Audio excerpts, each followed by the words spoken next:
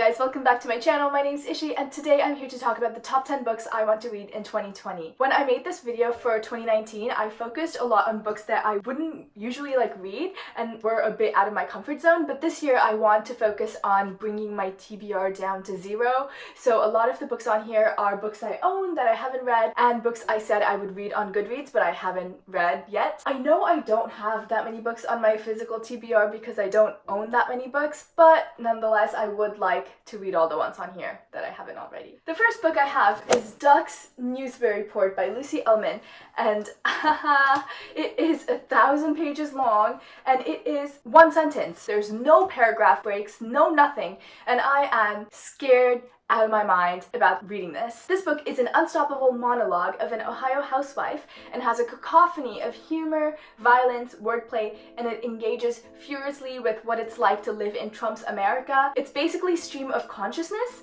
and it lays out a whole world for you to tramp around in, it says, by turning frightening and funny. The reason I bought this was because it has won lots of prizes, and the fact that this is stream of consciousness really intrigues me.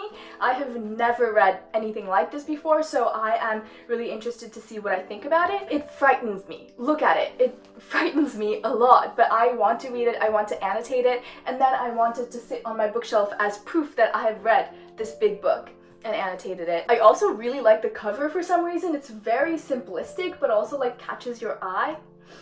10 out of 10 on that graphic design. Next, I have The 5 AM Club by Robin Sharma. This I included in another TBR video last year, but I haven't read it yet, so I figured I might as well include it in the books I have to read this year video. This book is essentially about how you can make your life more productive and more efficient by waking up early and getting things done before other people are even awake. I personally have never been a morning person until a couple of years ago when I forced myself to wake up at 6 AM every day, and honestly it felt really great. I felt more productive, more efficient, and just happier to be up while the sun was up kind of thing.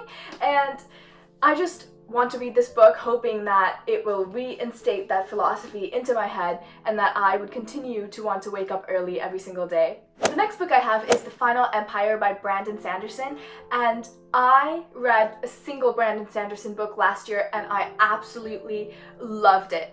Warbreaker was amazing. It was easily one of the best books I've read in 2019 or ever, which is why I want to slowly start making my way into his other high fantasy works, such as the Mistborn trilogy. This is the first book in the Mistborn trilogy, and also The Way of Kings and his other books. I don't think I can adequately explain exactly what this book is about, so I'm just gonna read you guys the summary from Goodreads. It says, "When ash falls from the sky and mist dominates the night, evil cloaks all land and stifles all life. Criminal mastermind Felsher teaches Allomancy, the magic of metals, to other Mistborn, Urchin Vin 16. The unlikely heroine is distracted by rich venture heir Elend. Can Kelsher's thieving crew take on the Lord Ruler and bring back color to their world?" I'm sure this summary only explains a tiniest fragment of what Mistborn really is, because with my experience of Brandon Sanderson's one book, his world building is so vast and so breathtakingly real that I'm sure there's so much more to this book than that summary can even capture. The only thing is that this is a really big book. All his books are really big, so I do have to be in the right mindset to start it and continue on with it and finish it. So yeah, hopefully I find the time to make my way through this entire series sometime this year. The next book I have is Ninth House by Leigh Bardugo. This copy was gifted to me by Nicole. I know I mentioned it in a previous video, but thank you again. This book is about a girl named Alex who drops out of school early and falls into the shady world of drug dealer boyfriends and dead-end jobs and much worse things than that. And by the age of 20, she becomes the sole survivor of a horrific unsolved multiple homicide. Everyone basically thinks that she's thrown her entire life away and that there's nothing left for her out there, but on her hospital bed, she has been given a second chance to attend one of the world's most prestigious universities on full ride. But what's the catch? And why her? When she finally arrives in New Haven, she finds herself a part of one of Yale's most secret societies who take part in occult activities and are more sinister and more extraordinary than any paranoid imagination might conceive. These people tamper with forbidden magic, they raise the dead, and sometimes they prey on the living. This book is very dark, I've heard, and you can't really compare it to Leigh Bardugo's YA works, but I am a big fan of Leigh Bardugo as an author, so I'm excited to read her first adult novel. though if you do want to check it out, I recommend checking out the trigger warnings and stuff before you dive into this. I am very excited though, and I hope I like it. Also, the cover is so beautiful, and I love that the YA snake has started to make its way into adult books as well. The next book I have is Call Down the Hawk by Maggie Stiefvater. This has been on my TBR for so long because Ronan Lynch is one of my favorite characters from the Raven Cycle, and I'm very excited to read about him and get to know more about his background. And I'm just gonna read you the summary again from Goodreads because I don't know how to explain it. Ronan Lynch is a dreamer. He can pull both curiosities and catastrophes out of his dreams and into his compromised reality. Jordan Hennessy is a thief. The closer she comes to the dream object she's after, the more she becomes tied to it. And lastly, Carmen Farouk Lane is a hunter. Her brother was a dreamer and a killer. She has seen what dreaming can do to a person. She has seen the damage that dreamers can do, but that is nothing compared to the destruction that is about to be unleashed. In the Raven Cycle, I loved reading about Ronan's dreams and about how he brings things into reality, so I love that this book is focusing more on that. This year, I also want to reread the Raven Cycle, so first I will reread those and then get to this book. The next book I have is Cersei by Madeline Miller, who is also the author of The Song of Achilles. I absolutely loved The Song of Achilles back when I read it a couple years ago, so I do want to read other works from the same author because I think I will like them a lot. So this book is about Cersei, obviously, and she is a daughter born from the House of Helios, but instead of having powers like her mother or her father, she has the power of witchcraft. And this is why Zeus feels threatened by her, so he banishes her to a remote island where she hones her witchcraft. But for a woman who stands alone and who has this unknown power, she draws the wrath of both men and gods and ultimately finds herself pitted against one of the most dangerous and powerful Olympians. To protect what she loves the most, she must summon all her strength and decide once and for all who she wants to stand with, whether she wants to stand with the gods whom she was born from, or whether she wants to stand with the humans who she has come to love over the years of living on this island. I love ancient mythology and I absolutely love reading about gods and witchcraft, so I'm very excited to read this book and I hope I like it. And I was also thinking of rereading The Song of Achilles sometime this year, so I might reread that first before getting to Cersei, just to kind of get back into Madeline Miller's writing style. Super excited, like I've said, about every single book.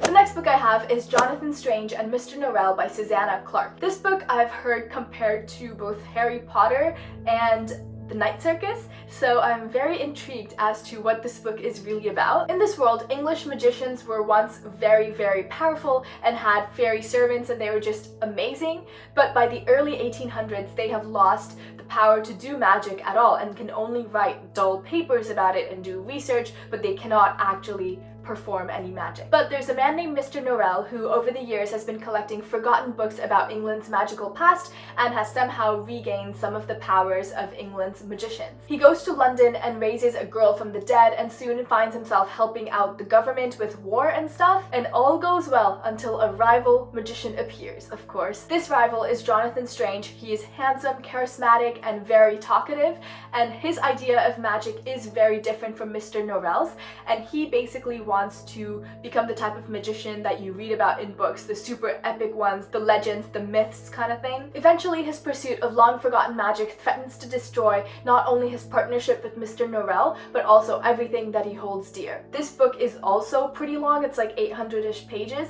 and I don't know, I found The Night Circus to be very, very slow. So if this book really is like The Night Circus, I don't know if I'll be able to make it through 800 pages of it, but we will see. Hopefully, I will like it. It sounds extremely interesting and it sounds like I will like it, so hopefully I do. The next book I have is Sorcery of Thorns by Margaret Rogerson.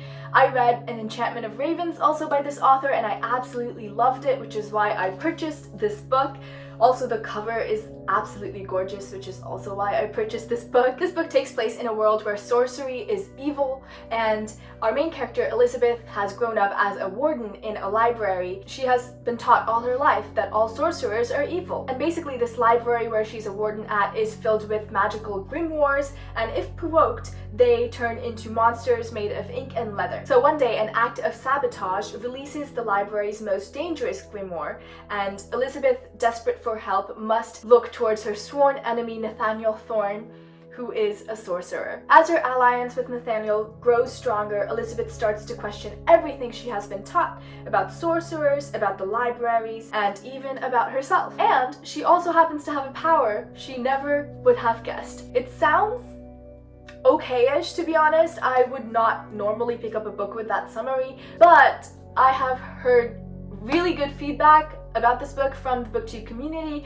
and also the cover is really pretty, so I had to buy it and I have to read it now that I have bought it. The next book I have is Skyward by Brandon Sanderson. I think this year will be like a Brandon Sanderson year for me because I am trying to finish lots of his books this year. This is his first YA novel, and I have heard that it is really good. Really good. So I'm excited to read it. This book takes place in a world where humans are basically extinct and are trapped on this planet where they are constantly attacked by alien species. Spencer is a teenage girl and she longs to be a pilot, and one day she discovers the wreckage of an ancient spaceship. After she discovers the ship, she realizes that her dream of becoming a pilot might be possible if she is able to make her way through pilot school and if she can somehow get the ship to help her, because this ship apparently has a soul. I love when there's like inanimate objects that are somehow like connected to the main character and can somehow talk and communicate with people. I absolutely love that because, I don't know, it's just like very fascinating. So I'm super excited to get into this book. My last book is one that I have read already this month, and that is Magic is Dead by Ian Fursh. When I made this list of 10 books, I hadn't read this yet, and I was planning to read it, which is why I read it. This is nonfiction, and I do want to read more nonfiction this year. That is one of my goals, so I'm very happy about it. I ended up giving this 4 stars, and I really liked it. Our author is a journalist, and this book is about his venture into one of the world's most secretive underground society of magicians. Magic is never really something that I would consider an industry, like I've never really thought about it, but this book did bring to my attention that the magical industry is thriving out there. There's magic shops and there's people teaching magic tricks on like the internet, and there's so many magicians out there, people who perform on America's Got Talent, who perform in Vegas, and who have their own TV shows, and it's amazing the amount of stuff out there about magic. This book explains how the emergence of social media and YouTube and all these digital platforms has changed how magic is performed and how it is perceived by the audience. It's so interesting. I highly recommend this book. I really liked it. The reason I gave it 4 stars and not 5 stars is because there were some parts that I kind of like scanned because I wasn't really interested, but I feel like there's always going to be some of those parts for like anyone, especially when you're reading nonfiction, but I overall really like this book. Those are the top 10 books I want to read in 2020 for sure. If you have read any of them, please let me know. And if you're planning to read any of them and would like to buddy read one maybe, also let me know. But yeah, I'm super excited for them. Anyways, my name's Ishi. Thank you for spending time with me, and I hope your day is as wonderful as you are.